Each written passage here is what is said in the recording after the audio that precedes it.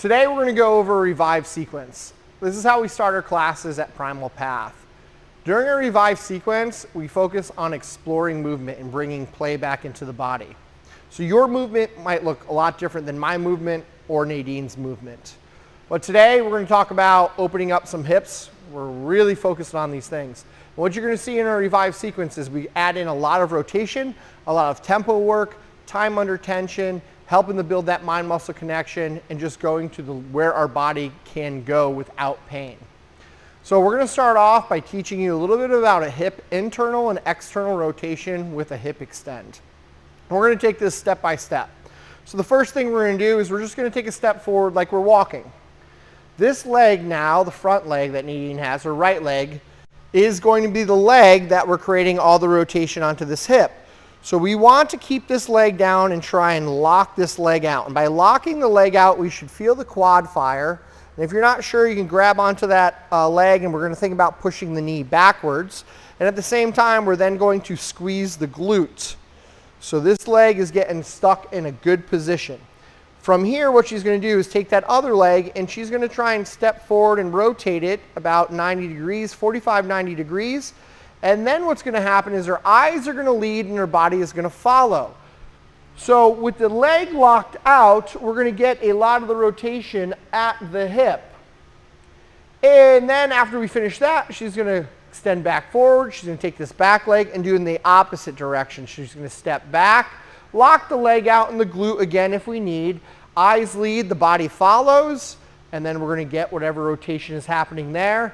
Then she's going to square back off. She's going to step forward, and we're going to keep this back leg straight. We can bend the front leg, but what we're looking for is now a stretch into that psoas that's coming into here. So she's staying up on the toes, squeezing the glutes. I like raising the hands up above the head, exactly like Nadine's doing. Just gets a little bit of stretch of the serratus anterior on the side here, and that spine as well, but we should be feeling that stretch. When she gets done, she's just going to step back. And then she's going to do that same thing again. She's going to lock the leg out. She's going to take that step forward. If you feel this leg doesn't stay locked out, just lock it out again. Create that rotation, eyes lead, shoulders follow. And then we're going to go into the back part of that, the external rotation, planting, locking that leg out, rotating, then stepping forward and getting that hip extend going on there. Now, if we do not lock the knee out when we do this, and we take that step forward for internal rotation and rotate the body, with this knee being soft, what you might find is that rotation is now coming more from the spine than it is from the hip. So even if she's in this position, she could try to lock this leg out, and it might get a little funky, might get a little bit weird, but you can try to do that and see if it transfers from the spine to kind of kicking a little bit more of that hip in.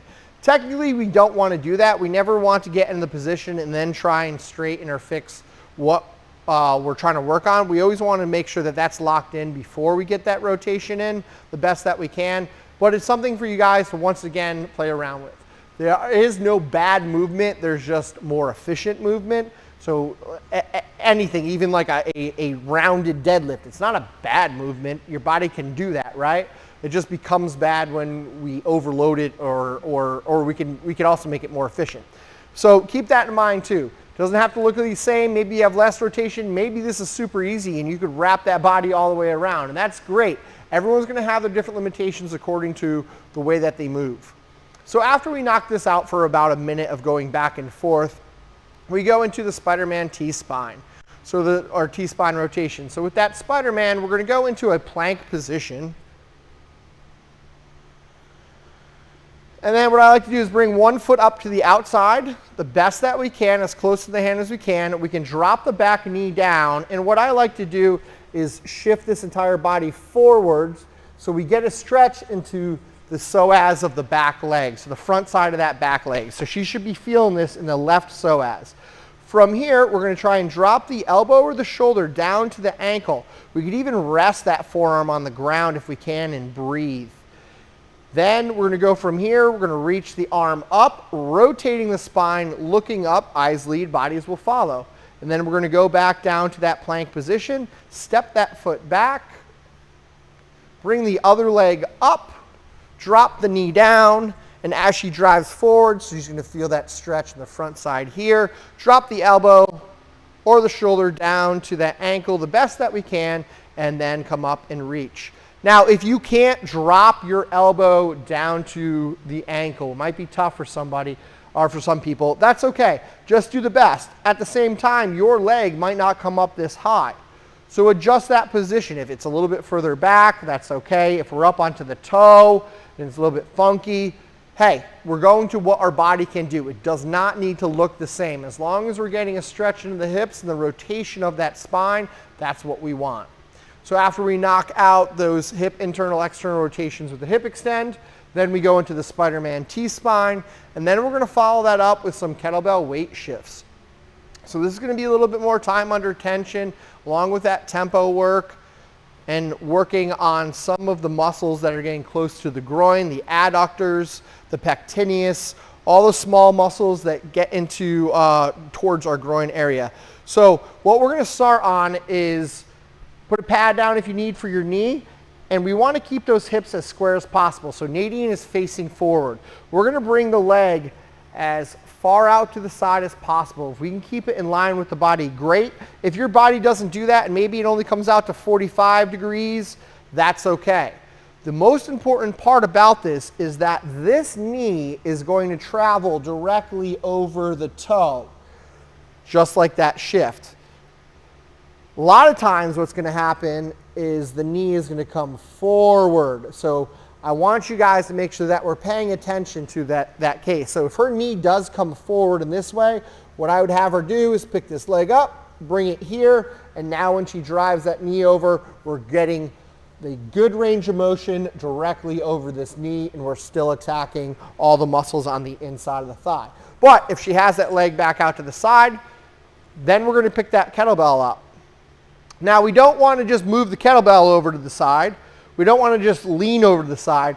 We want to think about sinking and melting this leg in this direction. We're going to think about pushing that knee over, and you notice this heel is staying on the ground. She's probably feeling a good stretch in there, and then we're going to just kind of shift back. We also want to make sure that she's staying upright and facing forward. It's very easy that when you shift this way that she rotates her body, and we don't want that. We should be really feeling it all coming inside here. And when we get into that position and shift that knee over, we can hang out here. If we can get that muscle to shake, that's going to be awesome, because that's going to be some adaptation that's happening. We're recruiting more muscle fibers. And we can just go slow. This does not need to be fast. It's not meant to be fast. It's just trying to find that limit, push that knee back behind us if we can, if it doesn't align with that foot. And we're going to work this for about a minute at your own pace. When we get done with that, we're going to switch it up. We're just going to do the other side, so we're going to show a couple reps to the other side. You also might find that one side we feel very confident on. The other side, that shift, we feel it's a lot harder. We're recruiting different muscles. The hamstring is kicking in on one side where it doesn't really kick in on the other side. That's totally normal. You're not weird. You're not, totally compensating in your body. We all have one side that's stronger than the other. We all have one side that's faster than the other. That's just the way life is and the way that we live. So once we get done with those, we're going to add more rotation in to the body that we're tying in the oblique adductor sling, which is coming pretty much from the adductor, crossing over the body and hitting the obliques. And we have that traveling on both sides. So we have an X in the body of our muscles that crosses over the hips, not just on the front side of the body, but also on the back side of the body. One way that we can really attack all of this chain, especially the oblique adductor sling, is by doing some wood choppers. Like to use a kettlebell. I would highly suggest starting off light, maybe use a slam ball, maybe use something small, even a 5-pound plate. And we're going to go from one side of that body, and we're going to control it and raise it up. You notice she is keeping her arms as straight as possible and then lowering it back down in a controlled sense. As always, her eyes will lead, her body will follow. We want to come up here holding it up with that control before bringing it back down, and we want to try and get as far as we can with that hip. What we don't want to see is momentum. So Nadine, please show some momentum, swinging it up and then just allowing the body to drop. Now, there is a time and a place for this, and relax. There is a time and a place for that, but that does not need to be right now, okay? Especially when you're getting into warming up for movement. I'm a big fan of really going slow, feeling the muscles working, understanding what's going on with your body. What does one side look to the other side? And then from that, we can kind of learn that, hey, maybe I need to do a couple more reps on this other side because it doesn't feel as strong. And that's an easy way that we can start building up that balance. A lot of the times we think, hey, if I do, 7 unilateral, or if I do 7 of these on one side and 7 of these on the other side, that strength will gradually increase evenly. And that's not always the case, okay? Sometimes you're going to be stronger, a lot stronger on one side than the other side. If we keep on maintaining the same amount of reps moving up, it doesn't go up equally. The stronger side could get a lot stronger before the weaker side gets stronger, so you can create more of a deficit on that. So that's why it's good to just pay attention. Throw a couple reps, extra reps in on the harder side when you're doing this. Whatever movement it is, always give yourself a couple extra reps on the side that is tougher, or just reduce some of those reps, especially if it is tough on that other side. Reduce those reps, even if we're not feeling like we're tiring that side out. But we're going to get done. We're going to do the other side of that half kneeling wood choppers. Just a couple more reps. And we're going to spend about a minute doing these as well. So in 6 minutes is what we do to revive that body through this sequence. So once again, we're just going to review that. We're going to do the hip internal, external rotations with the hip extend to start, all those rotations with the extension. Then we're going to go into those T-spine Spider-Man reaches, where we're going to get more into that kind of split stance, dropping the elbow down to the ankle, then rotating. Remember, you are rotating toward the knee that is forward. A lot of us have a tendency that we want to lift up the other arm. Your body will feel even funkier if you do that, that's for sure. Then we're going to go into those weight shifts, keeping that leg 90 degrees off to the body, really sinking deep in while we keep the heel onto that, and then finishing it up with the half kneeling wood choppers. Give it a try. Let us know how your hips feel. Make sure you like, subscribe. We'll see you guys next week.